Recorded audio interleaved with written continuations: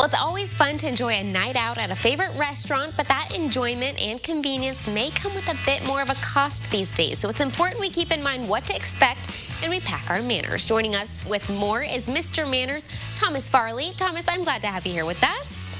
It's so great to be back with you, Grace. Thank you. Absolutely. Okay, so I know that a lot of restaurants are doing what they can to make ends meet, and for some that means stirring up some additional fees. So that's exactly what we're talking about today, being prepared for those additional fees.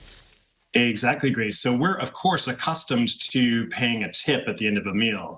But something that really started during COVID and has continued post-pandemic is this idea of additional surcharges. So during the pandemic, it was a COVID surcharge. What we're seeing a lot more of now are two things. One are something called kitchen appreciation fees.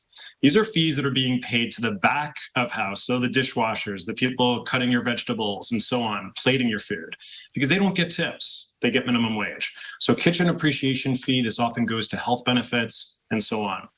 The second fee that we're seeing quite a lot of now as well, and they're being described in multiple ways, but it's basically an inflation fee.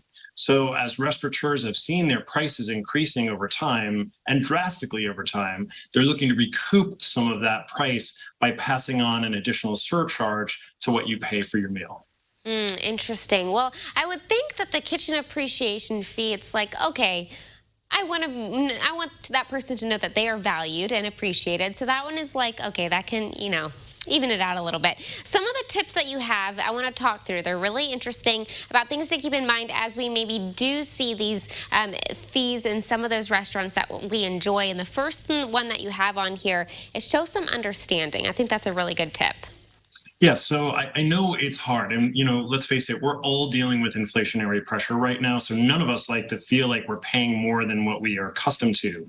By the same token, the restaurateurs' expenses have gone way up, and so have the staffs. So some people will simply say, well, why don't they just raise the prices of the menu? And Grace, the reason that this is actually better for us as consumers is most of the restaurateurs that I talk to say, once inflation comes down, once we start seeing a reduction in these overall expenses, that the surcharges will go away. Whereas if they simply raise the price of a hamburger or of a steak, that those prices will stay there. So the idea is hopefully these prices, these charges are temporary. So the more we can be understanding, the better it is for everyone. They really are thinking of the customer when they do it that way, because that's a good point. If you put it in the menu, it's going to be a lot more difficult to adapt with the time. So they really are thinking of the customer first in that. So that's a good perspective to know of. The next tip you have here is keep an eye on your credit card receipt.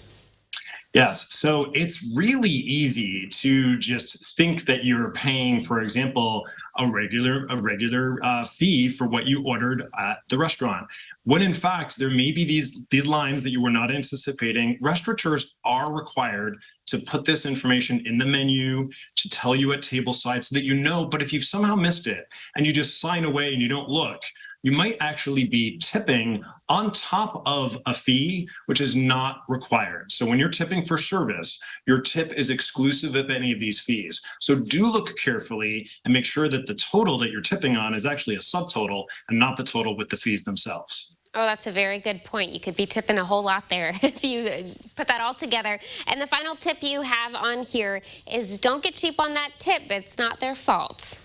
That's it. So another reaction that a lot of people were having, especially early on in these fees, was thinking, well, if I'm paying 3% for kitchen appreciation, I'm going to deduct that off of my tip. So if you're tipping 15 or 20 or 25% on your meal, they were deducting that out.